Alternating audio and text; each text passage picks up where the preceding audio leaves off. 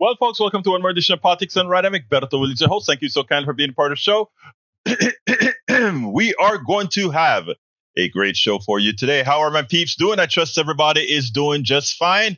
We are going to have a good one, folks. We are going to have a good one. I'm still setting up. I'm still a little bit late in getting things set up. As usual, what is new? What is new? You know, when you have all these things that you have cooking all at the same time, well, that's what happens. That's what happens. But we are here. We are here.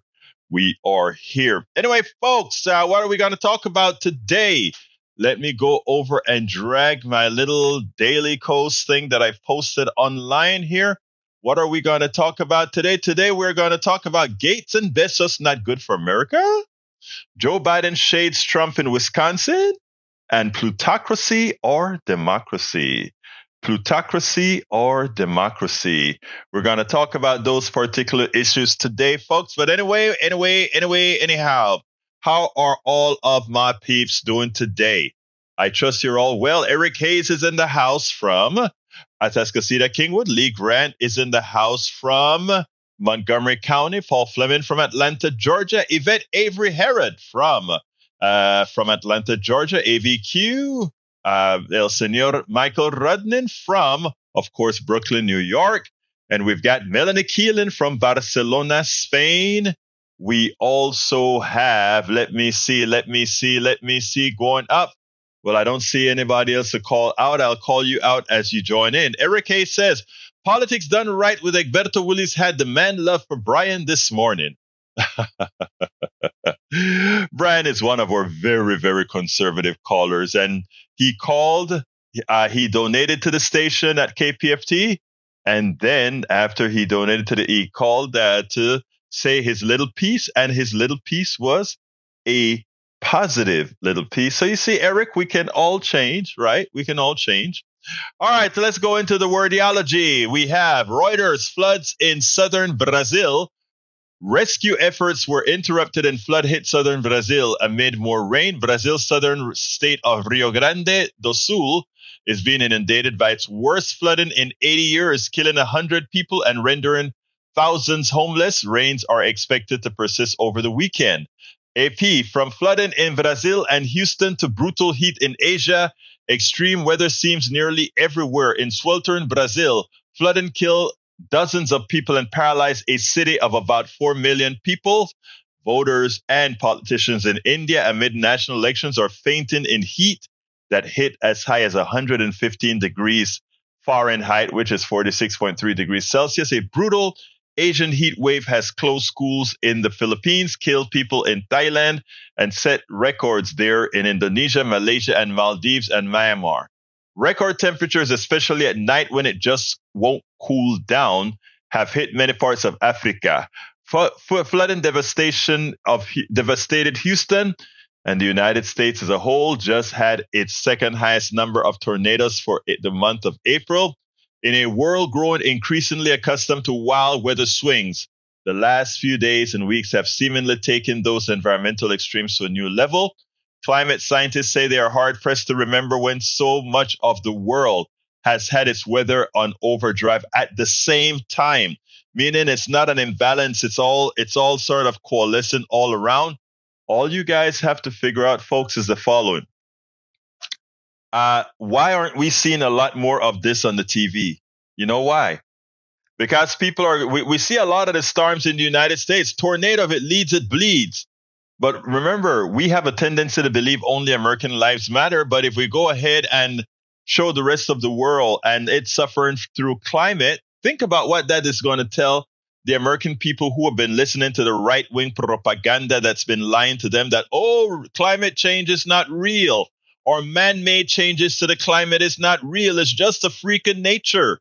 Of course, if we take a look at the history of the Earth, both through the ice cores and otherwise, we see that that's not the case, or its concentration of carbon dioxide in the air is at record levels, the records we've not seen. What that means for the atmosphere has a lot to do. Likewise with methane release. I mean, there is just so much happening that none of the corporatocracy really wants us to consider or talk about, because then we'll start to have to do what we should be doing for quite a while, which is neuter in the energy sector. All right, let's see what else we got here.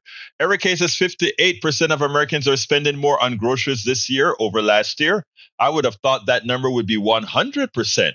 Food prices have jumped 2.6% last year, which is not a bad number actually. And they were already high before that. Now that is bad. Choose where to shop wisely. 10 of the cheapest grocery stores in America. Aldi Market Basket. You know, I like Aldi. My daughter goes to Aldi's and get a whole lot of stuff. They have a limited amount of things, which means they buy a whole bunch of a limited stuff. I think that may be how they control their pricing. Market Basket, Aldi Market Basket, Winco Foods, never heard of them. Liddy Trader, I never heard of them. Joe's, Trader Joe's, that's actually pretty expensive. Costco, I like Costco. Walmart Food for less. HEB, Sam's Club.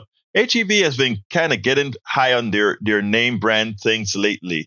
Although their name brand things are usually cheaper than their store brand is usually cheaper than the name brand stuff. But I do like HEB. I think they have a lot of good products. I like Kroger as well. I definitely love Costco, mostly because of how they treat their employees. So absolutely so. All right. Paul Fleming says, just how good are these new electric software-driven cars in China compared to their foreign competitors? Report Kevin Williams, Gaytona, USA, puts plainly, Western automakers are cooked, and a lot of this is probably their damn fault. Oops. And I believe that. I mean, again, what happened in America? When you keep patting yourself on your back, right? If you keep patting yourself on the back saying, you are the best, you are the best, you're the best, everybody else is trying to catch you. But because you are stagnant in constantly stating you're the best, what generally then comes to pass is that which believed they were the best get caught. You remember the tortoise and the hare? Remember that story about the tortoise and the hare? You know, you keep on the tortoise just keep trucking, methodically moving forward, and the hare goes ahead and they're happy. They're running around and playing around. We are the best. We're the best. We're the fastest. And by the time you're getting caught, it is too late. I haven't read the article, Paul Fleming, but thank you for putting that out there. I'm going to go ahead and I think I better bookmark that. And I am going to bookmark that as I speak. Let's see this. I need to edit where I'm going to bookmark it. I want to bookmark that to be read. All right. Thank you. Thank you for that one, Paul Fleming. All right. What else have we got here? Eric Hayes says, politics done right. The climate stuff could be God being mad at the progressive movement. Okay, you keep believing that kind of stuff. Welcome aboard, Marxists for Biden. I think Marxists for Biden is here in Houston. Global climate change can be solved with global Marxism. Eric Hayes says store brand is fine. Yeah, I love many of the store brands. Actually, that's all I buy. I don't buy if there's a store brand for something that I want. That's what I'm getting. Eric Hayes says Western automakers goose is cooked. I agree. Michael Renan says, I don't know about that. Figure global climate change can be solved by getting off of coal ASAP. For as I know, there's nothing in Marxism core document that talks about climate change. And Michael says, what else? 2 images for the screen. Let's see. I think I saw that you had images for the screen. Let me see if I can find them. Let's go here. Pull that up. Oh, Lord. That's not a very nice picture for the screen, but there it goes. Monthly global surface air temperatures anomaly. Take a look at that, guys. Look at the variation in temperature going through that shebang. Look at the red line, and then look at what has happened in April. Okay, that is problematic. That is very problematic. All right. And you said you had another one. I think you had them together. Let's see. What's the other one? Okay, let's go ahead and put that one up on the screen as well. And this particular one shows that the average temperature is solidly going up since January of 2016. We haven't gone down to that level of January to 2016. So the incline of the curve is constantly positive. The ratio is constantly positive. That's not a good thing, but we understand that that's where we currently are. All right, what else have we got here? Let's see. Yvette is in the house. What else we've got here? I'm scrolling down, folks. Bear with me. Let's see. I'm scrolling down. Okay. UK Interior Minister James Cleverly said Wednesday that the country is expelling the Russian defense attaché, who was described by the Foreign Office as an undeclared military intelligence officer. The measure also removed a special diplomatic status from several Russian-owned properties, which the government believes have been used for intelligence purposes. Okay. What else we got here? The climate stuff could be good. No, that's not right. Okay, NPR, a new analysis shows that students graduating from the U.S. medical schools were less likely to apply this year for residencies across specialties in states with restriction and abortion. You know, my daughter told me that was going to happen. She said the abortion issue is going to stop a whole lot of doctors from coming to red states, and it seems like it started to happen. All right, yep. On both air and sea, 2023 and 2024 have been off the scale, peg high. All right, and Eric K says, wrap yourself in rubber for the climate change movement. Oh my God. Don't know what that means, but I'm going to play like I didn't hear you say it. But in the meantime, folks, let's go ahead and play the only video that we have today. Joe Biden shades Donald Trump, and it was beautiful. Yesterday, I did a piece where the editor of the New York Times, Joe Kahn, he said he wasn't going to do anything to sort of prop up the president or anything of that sort, which nobody's asking him to do. And he wasn't going to try to spin any kind of story for the president, which he shouldn't. All he needs to do is tell the truth. Well, as you guys know, right now, if you were to ask the Americans in totality based on the polls, who's better for the economy and which economy was better, they have a tendency to give Donald Trump the edge. In some polls, the edge by quite a bit. But the reality of what turns around in America's economy and what's successful in America's economy, that is far from the truth. The truth is Donald Trump was a disaster. He was a disaster that was living off of borrowed time from the economy that he inherited. Now, I want you to listen to this piece here, because as it turns out, I think more visuals of this sort will show Americans that they are, in fact, remembering a con and living through something that's moving us not fast enough, but moving us forward. Check this out, and then we'll take it on the other side, because this is a great way that the president shaded Donald Trump. Check this out. Artificial Intelligence Center on the very same site of a failed Trump-era project that was supposed to create tens of thousands of jobs, but never got off the ground. It's going to be transformative, not just here, but worldwide. It's not only significant investment in infrastructure Racine, but for the people of Racine. The Microsoft project is expected to create 2,300 union construction jobs and more than 2,000 permanent positions.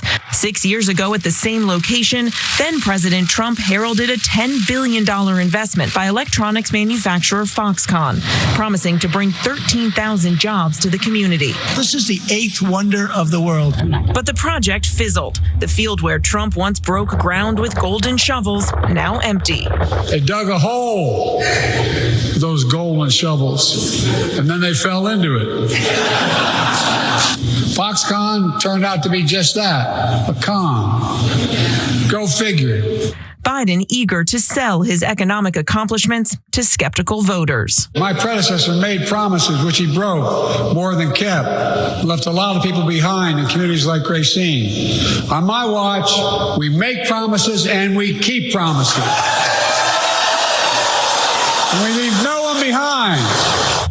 Now, work on this new Microsoft project, we're told, is already underway. President Biden certainly well aware of that new poll out today, showing him leading Donald Trump in Wisconsin 50 to 44% in a two-way race. Meanwhile, Donald Trump has been complaining to reporters that he's stuck in court instead of.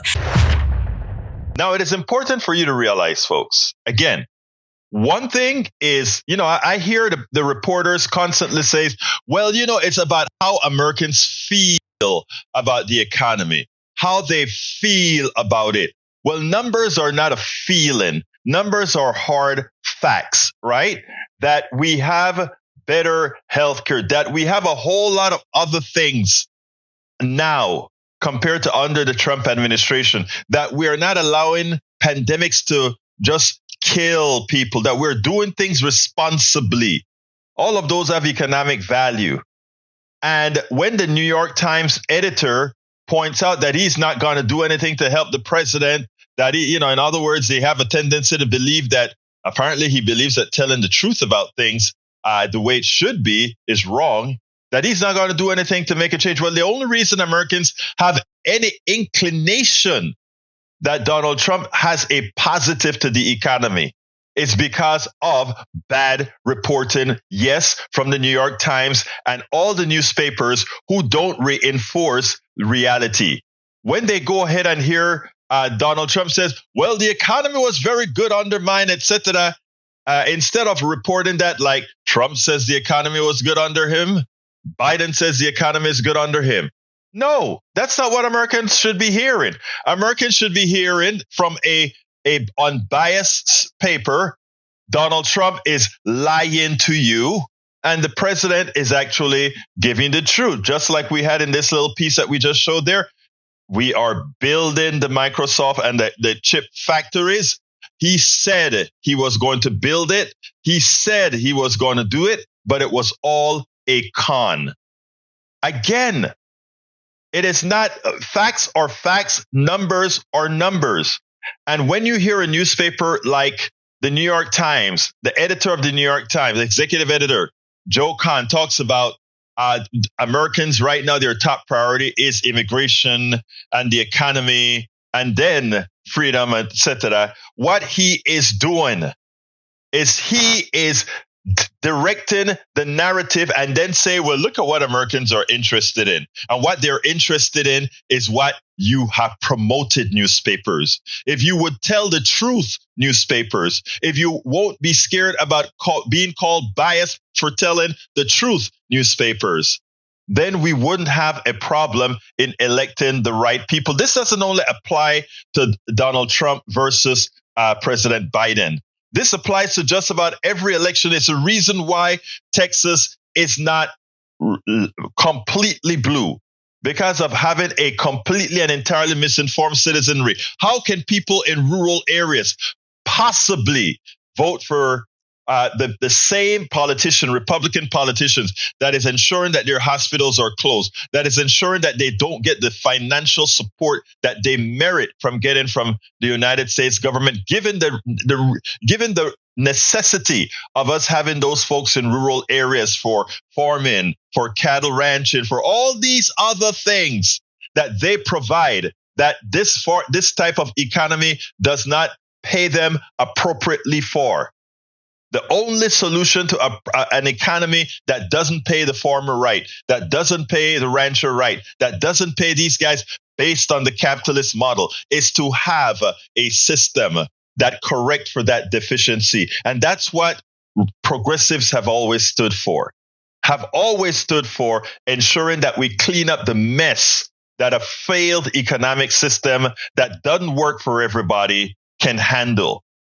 And if these people in rural America, if Americans in general got the right information like what we presented here with who builds a factory, who failed to build a factory, etc., America would be more informed, and we would have a better, more informed country voting in its interest.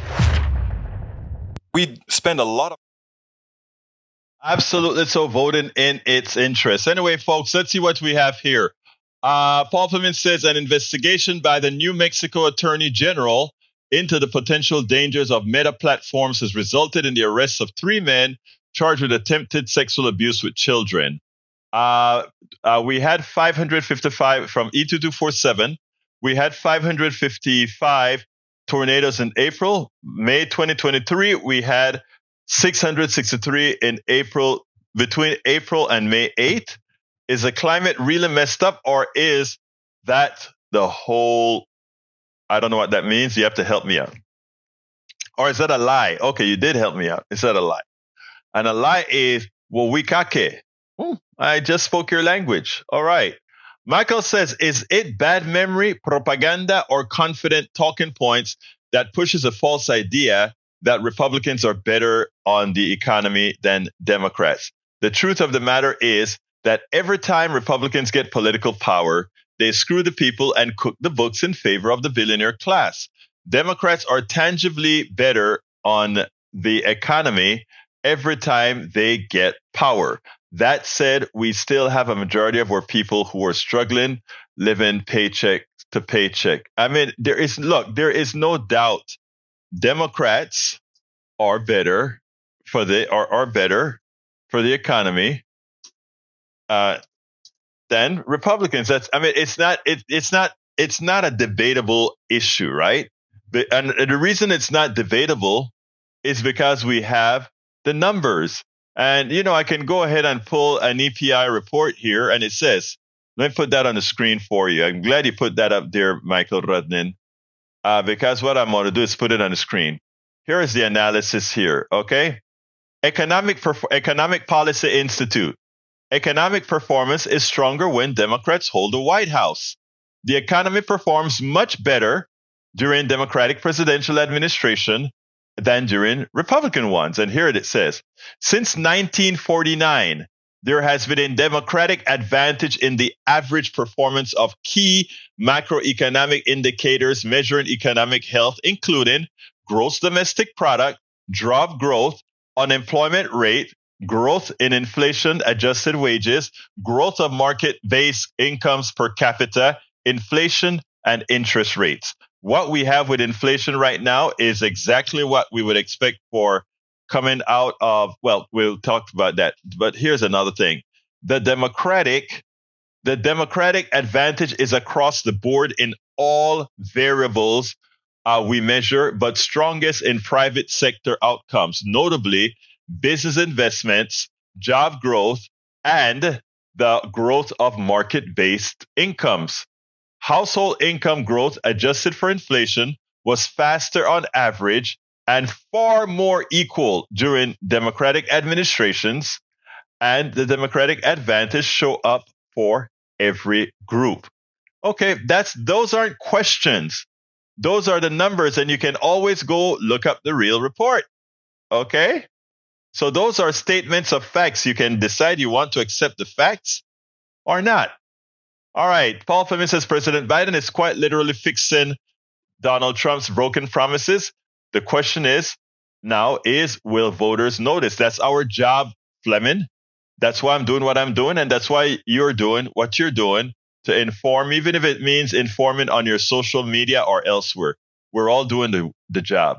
All right. Rudnin says, Egberto, wait, what? Americans' top priority is immigration? I have to call that BS on that one. Who said that?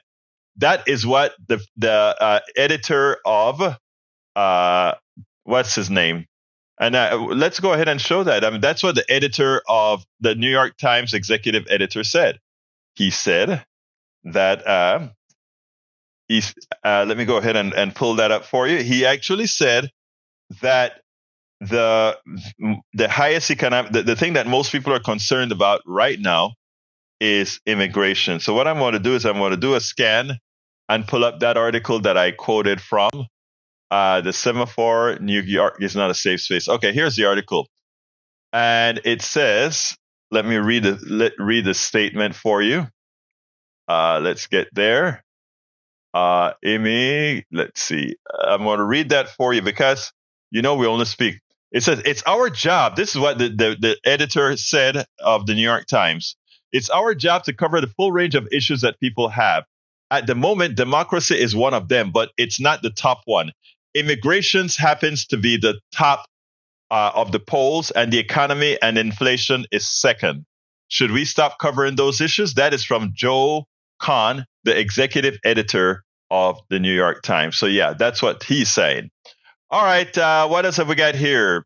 Every case says, fact, Mr. V sold reserves for political reason. Fact, Mr. V is buying votes for look, again, we don't have to ask the questions, Eric. The economy does better under Democrats than it does under Republicans. Again, we don't have to ask any other questions. We just state in the facts.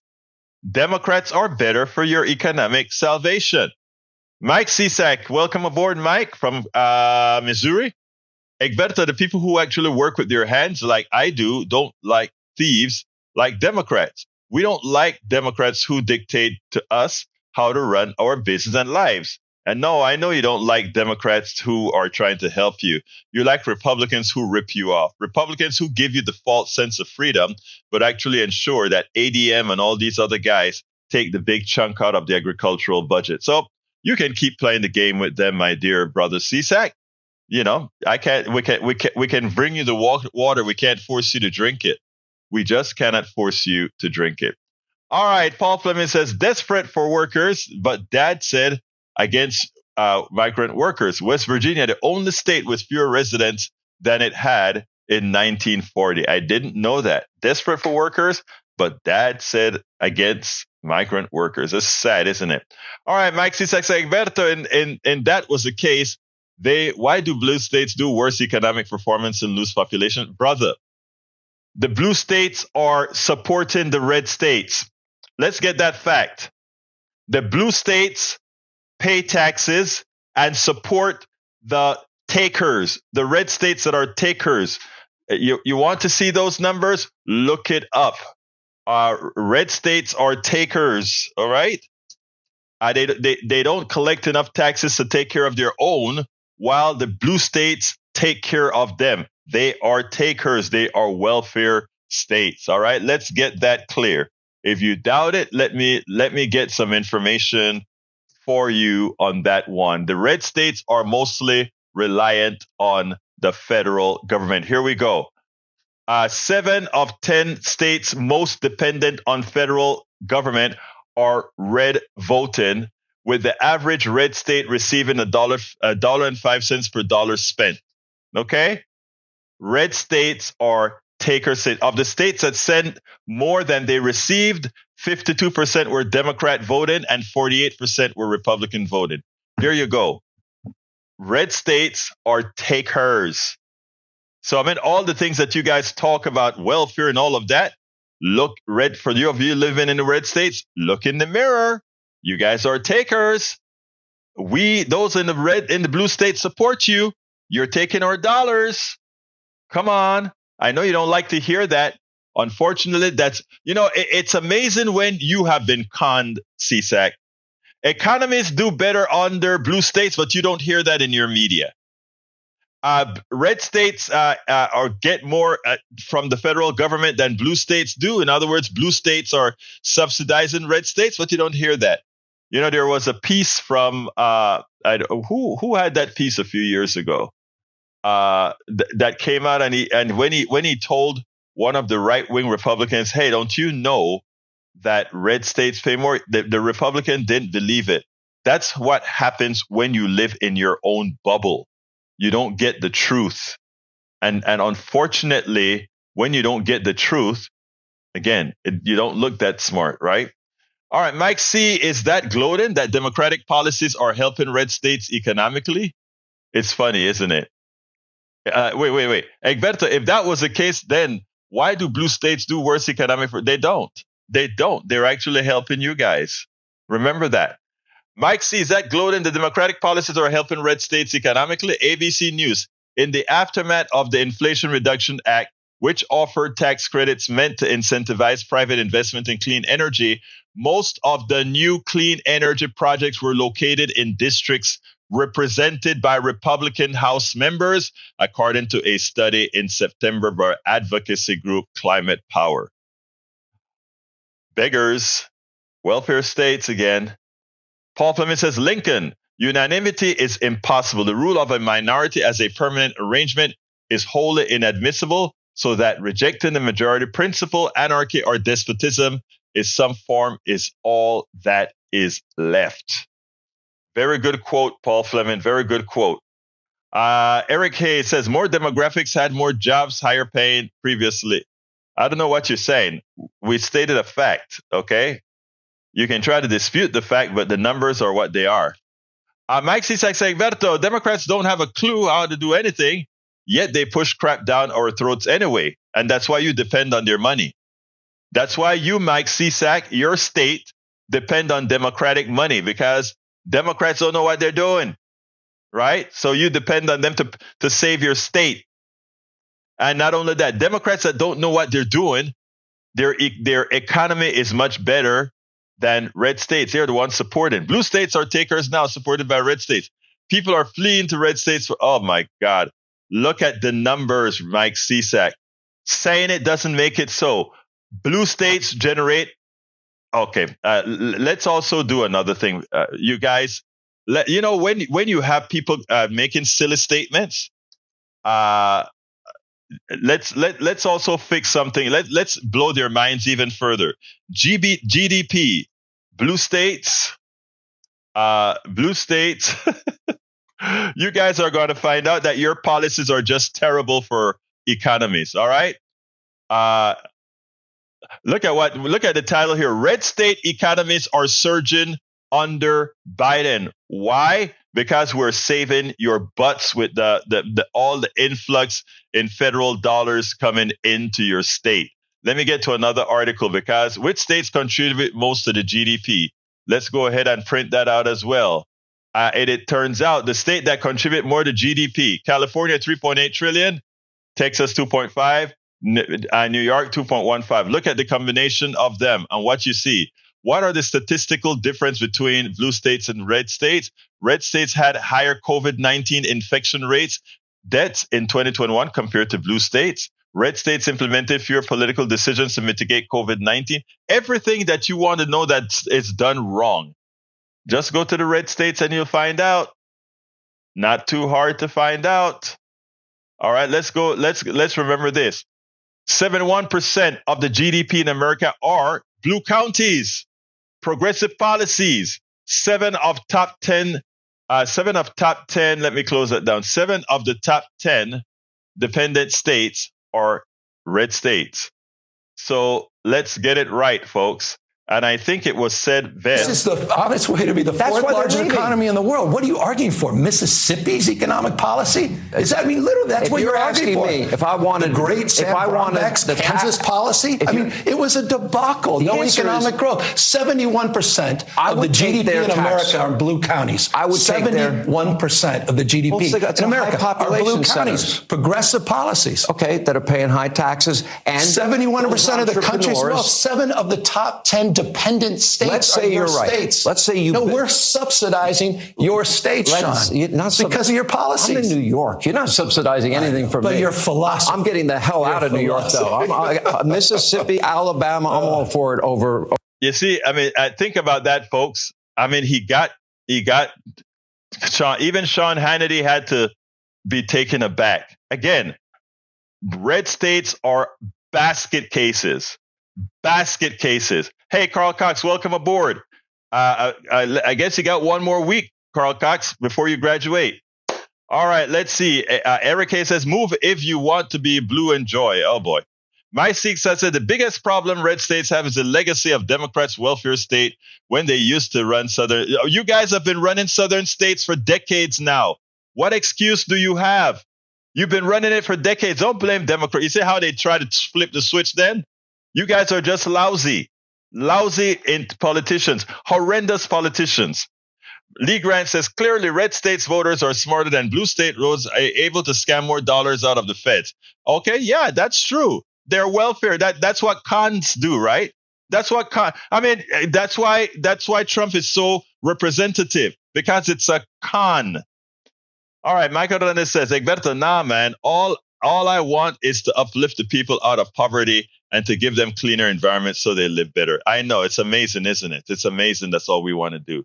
Paul Fleming says, Shell sold millions of carbon credits for CO2 removal that never happened via the electric V-King climate change. It's a joke. They always do that. All right, let's see what else we got. Eric says free money actually bankrupt America in progressive agenda. No, you're the guys getting free money. You're using all the people's from the blue states' monies. Try to be self-sufficient. Why can't red states be self-sufficient like the blue states? Think about it. Think about it. Why can the welfare states of the red states be self-sufficient? That's what they want everybody to be, but they're not. But they talk a lot. They talk a good game, but they are simply beggar states. But anyhow, is America a democracy or a plutocracy? Good article out by Francis Moore Lapay. I want to start it out this way. Almost 90% of the U.S. think of ourselves as being middle class, but we are way off. In 1970, 62% of Americans did qualify, but by 2021, our shrinking middle class was down to 42%. By 2022, the value of our minimum wage has fallen by 40% since the late 60s. And our poverty rate today is at 12.4%. It's the highest among almost all 38 OECD nations.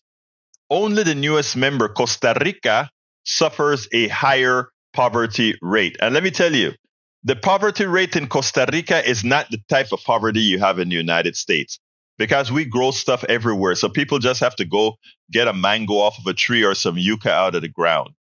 That's how it is in Panama and many other countries, right?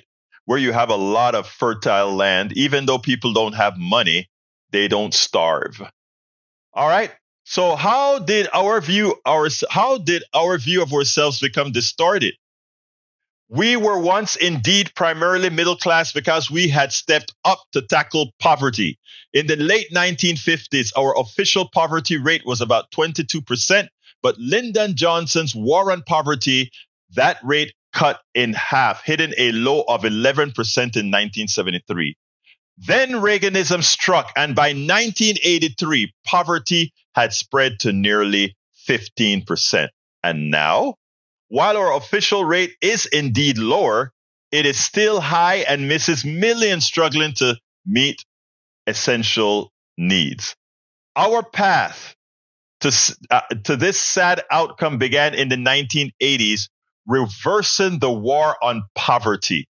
Reagan began dismantling welfare protections while slashing taxes on the ultra-rich, capturing the tenure of the time. In the 1987 film Wall Street, Gordon Gekko declared, "Greed is good." That has always been false, and in fact, that is even bad for rich people. Reaganomics paved the way for today's shocking inequality. In 1978, the top 0.1% held roughly 7% of wealth. By 2018, this tiny group enjoyed about 18%. Most shocking, by 2019, America's 3 richest family held more wealth than the bottom half of us. And you know what? If we keep the mentality like our brothers here, let's say Eric Hayes and CSAC, who refuse to see that they're being pilfered, that will remain. Anyway, hardly a middle-class nation today's concentration of wealth ought to make a Russian oligarch blush. Out of 178 countries the CIA ranks by income inequality, the U.S. lands between Micronesia and Morocco at 56. Can you believe that? No industrial democracy is near us. The closest, New Zealand, is 31 places less extreme at 86. An additional injustice, while workers' share of national wealth has been shrinking, their productivity has soared. Between 1979 and 2017, worker productivity grew 70%, while hourly compensation rose by a meager 11%. That is theft. That is saying that as we use our intellect, work, and worth to make our economy better and get more efficient, the people that pay themselves for that efficiency are the thugs who run the corporations by giving bigger dividends, bigger tax breaks, bigger all these things. We didn't benefit it. As earnings for the bottom 90% of Americans rose by just over a fifth, the wealth of the top 0.1% grew by 343%. That's 17 times more. Thus, remember that means 17 times more mean 1,700%.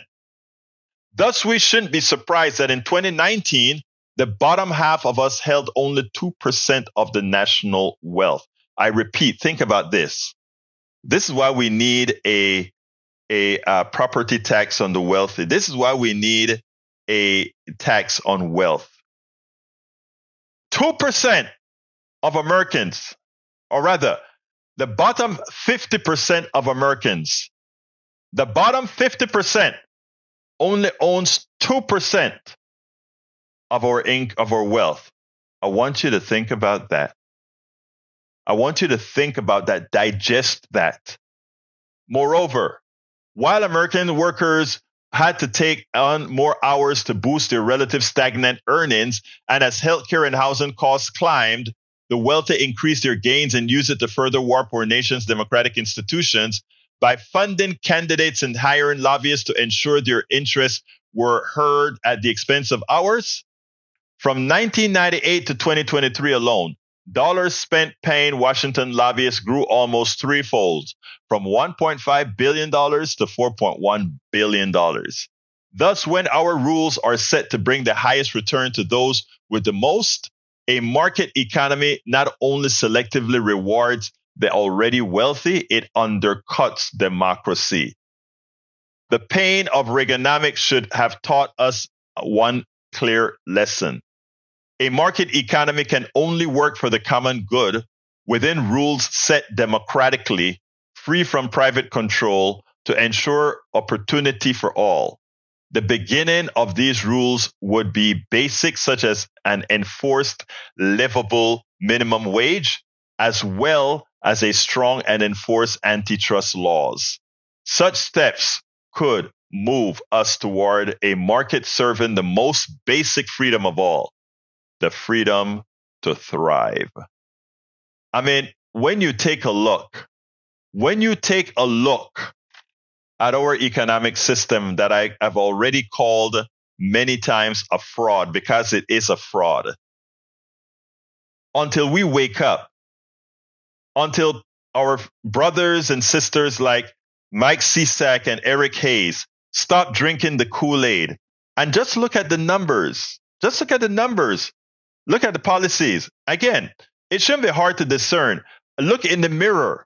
Ask yourself, how can you support somebody like Donald Trump just on face value? How can you support policies that, make you a bigger state? How can you support policies that kills your people for lack of health insurance? How can you forgive politicians who, in as much as there are laws on the books to give every single citizen in your state health insurance, that you choose to say no, that you choose to say die quickly? I want you guys to think about that. We are our own enemies, and we will be our own salvation. Trump ain't going to save us. Biden ain't going to save us. Kennedy ain't going to save us. The only folks that are going to save us is us. We have to selectively pick the people with progressive values, whose intent will always be people first. People first. People first. And when we get there, that's what we're talking about. Texas Bluebonnet, welcome to Politics Done Right, says, it is too bad that so many people deny the greed that is staring our young people in the face. they will have it worse economically than their parents did. And I am so sad about it. I talk to my daughter about that all of the times. Carl Cox says, Mike Cisak and Eric Hayes only believe what the Russian Trump puppet masters tell them. There is some conflicts in their minds, and it is twinged with the calculated prejudice that Trump has inculcated in their minds. But again, one of these days, if I could change the belief system that I was based on, they can as well, because their belief system is simply false. It's simply smoke and mirrors. It's simply a lie. And what we do here is we come out with the valid information to let you know what really, really is the truth. And you can take it to the bank. You can take what we say here to the bank. That's who we are here. All right. And, and catapulting that onto what we speak about, right?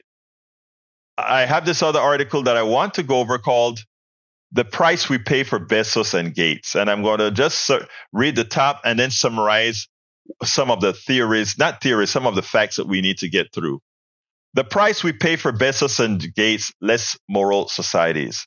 The longer we let inequality define our contemporary daily lives, new research helps us understand, the more the unethical behavior all around us will seem to reflect just the way our world naturally works.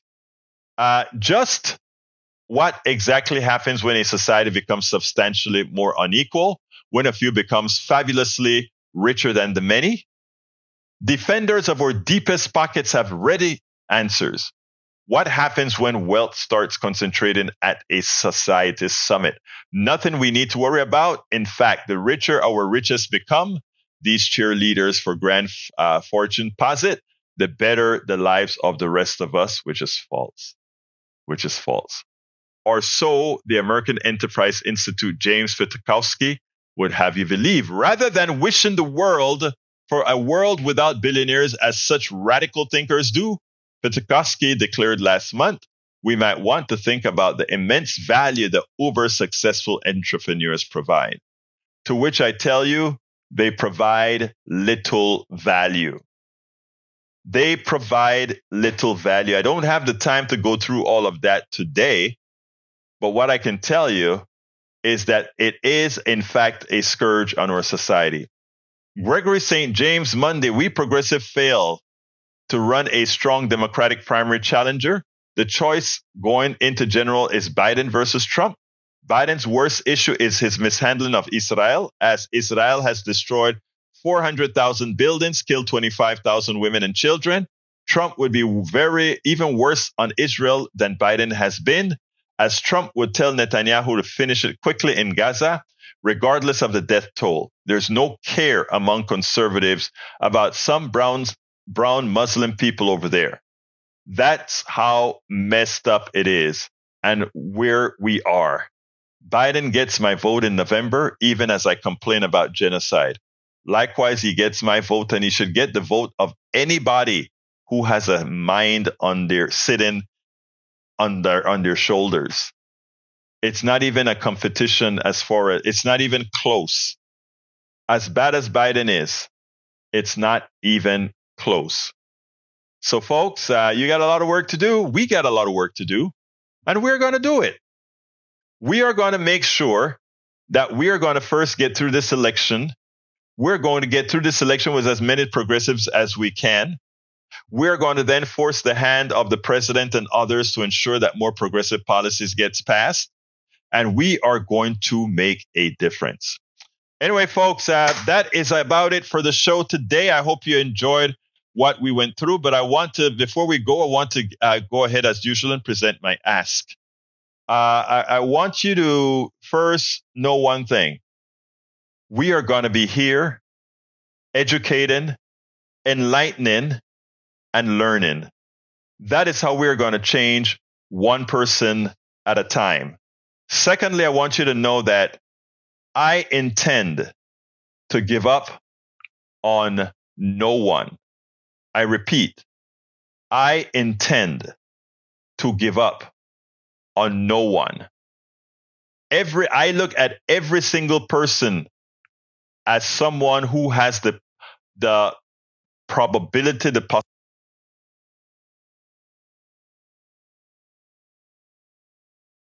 of voting within or voting for their own interests. I do believe that from the depths of my heart. I want you to help us continue doing this. And the way we continue doing this is for you to continue to support a program like this. And how can you support our program? There are many ways in which you can support our program. First of all, I'm going to give you the first link, politicsdoneright.com/support. That one link has all the different ways in which you can provide support for this program. But if you want to become a patron, which gives you access to absolutely all of our books, please consider becoming a patron by going to politicsdoneright.com/patron. Patron is spelled Patreon. Patreon. Alternatively, thank you very much for those kind comments, Texas Bluebonnet. Alternatively, you can also support us by getting our books. And how can you get our books? You can buy our books, and let me put those books on the screen right now. You can buy our books at politicsdoneright.com/books. I don't make a lot on the books, but every little thing helps us continue to get the message out. politicsdoneright.com/books. Please consider supporting us by getting a book, getting several books. The other way of supporting us is by becoming a paid subscriber of our newsletter. How do you become a paid subscriber of our newsletter? Go to politicsdoneright.com/newsletter and subscribe. A subscription gives you access to all of my books, a few perks that we send out several times a year. And likewise, you can read all my books on the Substack platform. And any subsequent books that I write, you will have access to them. This is hard work. This is necessary work. This is important work that depends on your support. So I ask you so kindly to go to politicsdoneright.com/support and choose one of the many different ways to support the program, or go to politicsdoneright.com/newsletter and please become a paid supporter of our newsletter, which makes you a paid supporter of this entire network. And if you want to see all the places that all the work that we do, if you go to let me go ahead, HTTP, if you go to doneright.com/info, that gives you all the different platforms that you see we populate every single day, that we put the work in to create TikToks, Instagram, YouTube, blogging at Daily Kos, blogging at Medium, blogging at Substack. We do it all.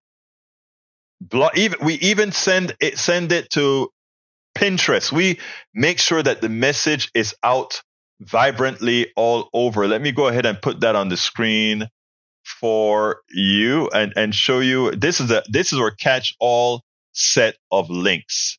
If you take a look there, you have access to all our links, from supporting us to our books to all the different platforms that we are found on.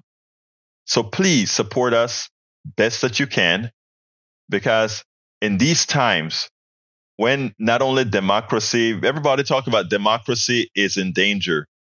It's not only democracy that's in danger, but it's also your personal economy, your finances, your books are in order. Anyway, it's that time that I need to get out of here. So I want to, first of all, I appreciate your ears. I appreciate your eyes. Thank you for listening. Please remember to share. Please remember to like. Please remember to to retweet. Please remember to give a heart signal. I mean, do all of this stuff to make sure that we get our message out. My name is Egberto Willies. This is Politics Done Right. And you guys know how I end this baby. I am what? We spend a lot of time deconstructing the news, trying to parse it into a form that everybody can understand. We try to find those little nitpicks where it flies above the fray, etc. If you really like these videos that we do, I want to ask a big favor. Please go ahead. Number 1, subscribe to our channel. And number 2, please join if you can. Thank you so kindly for watching. Keep watching. Please remember to share. We must populate the entire internet with our progressive message, a message that we know is what most Americans say that they want. So help us, please join.